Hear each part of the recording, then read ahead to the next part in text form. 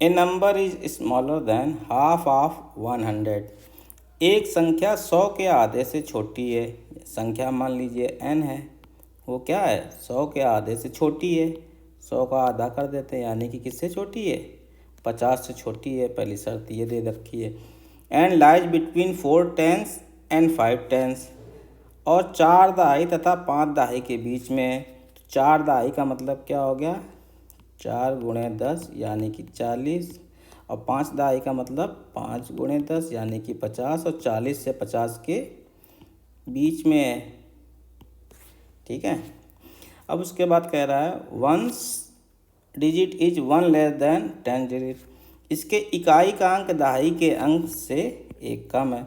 तो मान लीजिए संख्या जो है जब इकाई दहाई का होता है तो हम किस तरीके से मानते हैं, इस तरीके से मान लेते हैं 10y प्लस एक्स। एक्स को मान लेते हैं क्या इकाई का अंक,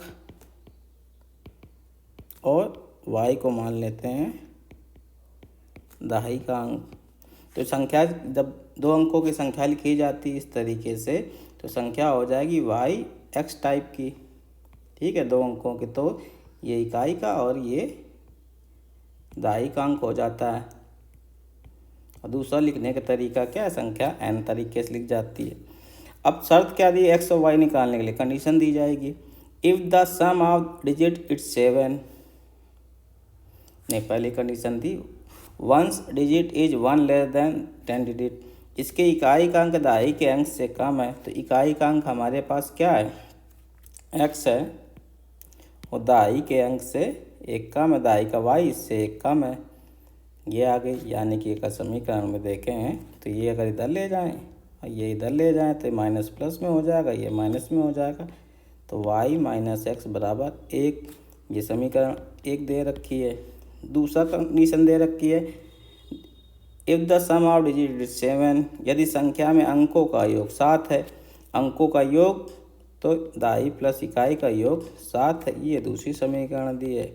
इन दोनों को क्या कर दीजिए जोड़ देते हैं तो कट जाएगा, तो 2y बराबर 8 आ जाएगा। तो यानी कि y बराबर क्या आ जाएगा 4। दहाई का अंक 4 आ गया और इकाई का 1 कम है, यानी कि क्या हो गया x बराबर कितना आ जाएगा 1 कम है तो 3 आ जाएगा। तो संख्या जो हमारे पास हो जाएगी वो संख्या हो गई कि कितनी 43 हो गई। तो सारी शर्तें पूरी हो गई। 43 है जो 40 से 50 के बीच में है, 50 से कम है, इकाई का अंक दहाई की अंक से कम है। तो संख्या हमारे पास जो आ गई वो 43 आ गई।